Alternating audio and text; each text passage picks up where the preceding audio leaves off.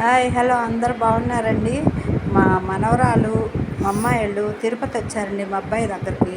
ఇక తిరుపతిలో దర్శనం చేసుకుందామని వచ్చారు. ముద్దు మనవరాలు అనమాట. మా మనవడు మా మనవరాలు అందరూ వచ్చారు. మా కొడుకు కోళ్ళు ఇక వీళ్ళందరూ శ్రీకాళహస్తి గోవిందరాజు స్వామి గుడికి వెళ్దామని రెడీ అయ్యారు.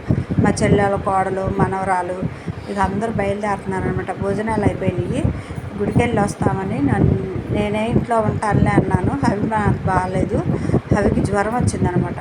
అందుకని ఇంట్లో ఉంటున్నాను. మా అల్లుడు అనమాట అందరూ వెళ్ళొస్తాము అని చెప్పి బయలుదేరారు. ఇక మా అమ్మాయిలు వస్తా ఇక అరటికాయలు ఇవన్నీ తీసుకొచ్చారండి. ఇక మావారు వస్తా దానిమ్మకాయలు స్వీట్స్ అన్నీ తీసుకొచ్చారు. ఇక పిల్లలు ఉన్నారు కదా, అందరూ ఉన్నారు కదా అని పెద్ద పుచ్చకాయ కూడా తీసుకొచ్చారు. ఇవన్నీ చూపిస్తాను. ఇక అందరూ కూర్చున్నారు రెడీ అయ్యి భోజనాలు చేసేసి. ఇక మా కోడలు చేసి ఇచ్చేసి అలసిపోయి కూర్చుందనమాట భోజనం చేసి.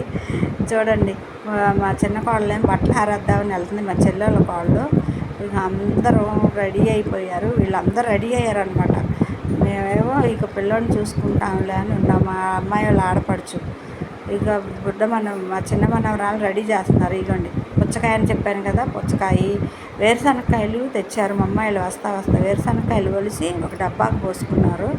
ఇక అవి కూడా తీసుకెళ్దాము, కారులో తినడానికి ఉంటాయి కదా అని అనుకున్నారు.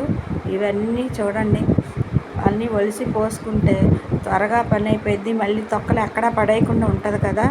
ఇక కూర వచ్చి బంగాళదుంపల వేపుడు, సాంబార్ అన్నమాట మా కర్రీస్ ఈరోజు. చూడండి, సాంబార్. భోజనాలు అయిపోయినాయి కదా, ఇక చెప్పాను కదా అరటిపళ్ళు దానిమ్మకాయలు వచ్చినాయి అని, ఇవన్నీ అవి అన్నమాట. చూడండి ఎట్లా ఉన్నాయి, కామెంట్ చేయండి.